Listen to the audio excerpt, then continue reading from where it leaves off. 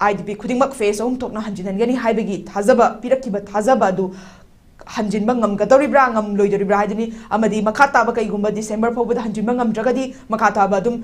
khongjang changchinanaba step adum paikhalakani haiba wafam sokoi kokomi gi maikai digi thamlai amadi IDP sing maikai digi su adumak thamlai bani makoi gi pamliba demand se masi thajabasi phangadoribra antraga phangloidoribra adum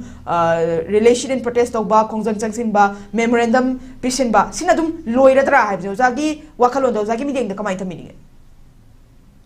Sanai ma aikoina yengba yabasi democracy ba leba amani aduna democracy ba leba amada prajagi hak prajagi lantum natra prajagi ba apam khara usagi yengbi do ne habasi me sana yaujara le por amani adada aikoina ngai si haju manipur si tasina government si democracy ba leba amagi banung le government amo oi atra dictator oi ba ko sana la tore last ko so ko question hangba le re haju kudamoina maru oi si lajera be kambu singsi magi oi ba fire ama magi oi ba masagi chapchaba masagi mafam chaba jaga ama ingtapal hen basi madu gomeng mathong ne bako gomeng mathong ne do aikoina hanjan jarage na demand tawrisi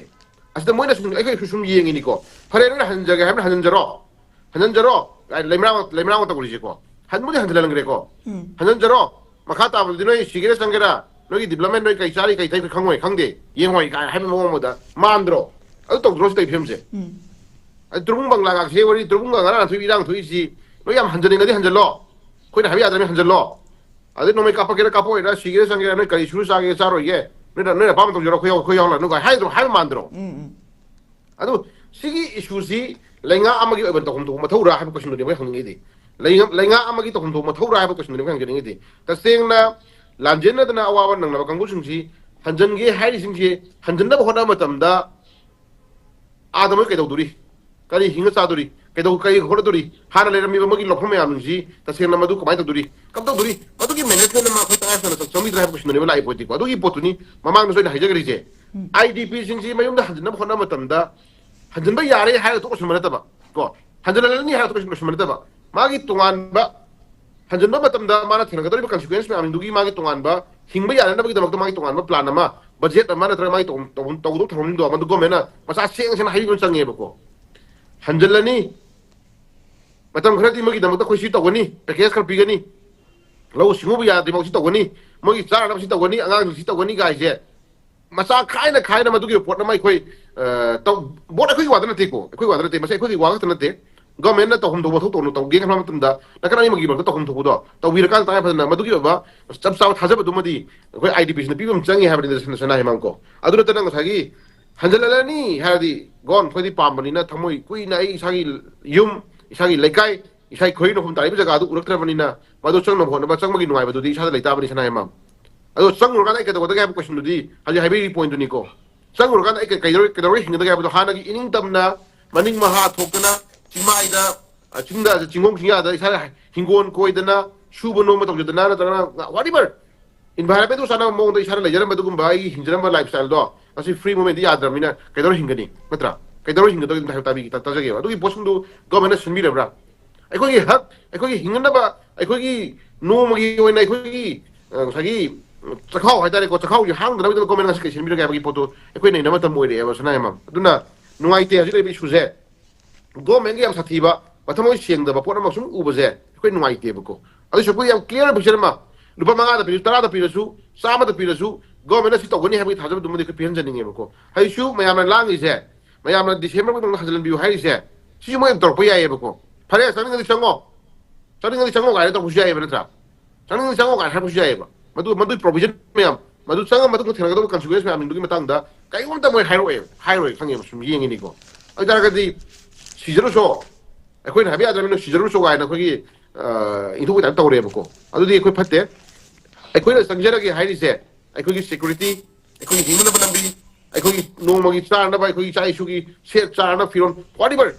miwe ba mo ina miwe ba ma chang do magi no magi chang do ba requirement du matang dai koi kari um khara di lenga khna ba do protection bibi do bune ha bin tham jani sana sana ko na le be issue je government gi le ba thong je koi hiram khudi ma do ngai ta ne do loshila ko da kai ta ge bu sana ma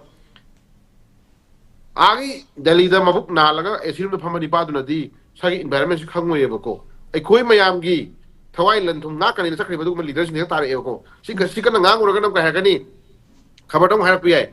प्रजासने कोई जंग आंग बद उफुन तारबनी गाना हाइबो कंगु सु याव याव ने MLA खरा गांग बद उफुन तारबनी हाइदिसि मोइबो नुसिदन गांग बन तेबको मागी प्रजा मागी लंतु मागी थवाई मागी प्रजा गाओ सेलु अवाना लेहनगनो हाइबने बसना एमा अदु हाइबद उफुन तारे गाय मोइ मोइ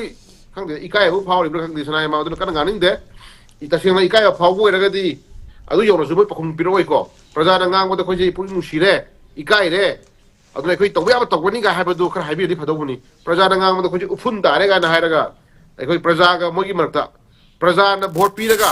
प्रजा न कुबी नमगा प्रजा न थादरगा मोजी लीडर ओइने जे मोजी कॉफोकुन ममी में लाखरे बको अदुना सागी एरिया से अखोई लीडर सिंजिना अखोई लीडर सिंजिना करी खनबिरिबनो अखोई लीडर सिंजिना केदो बिदुर गैप क्वेश्चन लाई क्वेश्चन दी अदुना अखोई कन्वीनर बगी दमक अखोई बो सेनाबिन बगी दमक अखोई बो गापी दबगी दमक अखोई नमु आ मबुक नोइबा एसिरुम the फंबा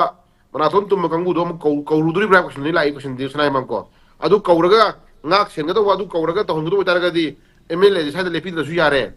ko agi adum lepaga adum khallaga agi oba leader khanbiro thabiro ko sai da sai MLA ga election am tawdana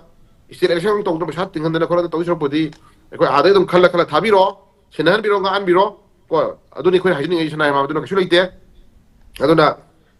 अखोई से कनाना कबिगदगे अखोई कनाना मदुंगा छिनबिगदगे अखोई अवाना से कनाना उबिगदगे है क्वेश्चन से अखोई तोंगा नाउ चखरेब लंबी जरि से खंब्रा सनाय म कनाना नो खन गांग दुजे अदो अखोई दी अखोई कनबिगदोबा अखोई मुंगा छिनबिगदोबा दुबा लीडर लेनी गाना खंजरु पुसक से ओना तरेना दो अदु लेनी थंगना फौ हाइरु बुजे मयो खंदा चैना मोइ दिंगदा थागी उफुन तारे हागल इमिदो अदो नवाइते ना वासु कन गानिंद्रे कनाना कनबिगदना येंगा सि लेट्स सी को लेट्स सी अदो हजबा अफबा यम इंग तब मणिपुर मा दुम ओइ लाखिबदि ओइसनु प्रजा की असाव पेंदबा प्रजा की नुवाइतबा अवाबदा चैथेन सु हेजलक तारगदी को मदुगी चैथेन दो आइदी यम लाबना लेबा दिल्ली की लेरी मदुगुम बाई बुंगो बेमसिन तादों मानदे को तादों मानदे नगना लेबा अखोइ बुंगा पि सेनबिगनि लेबा को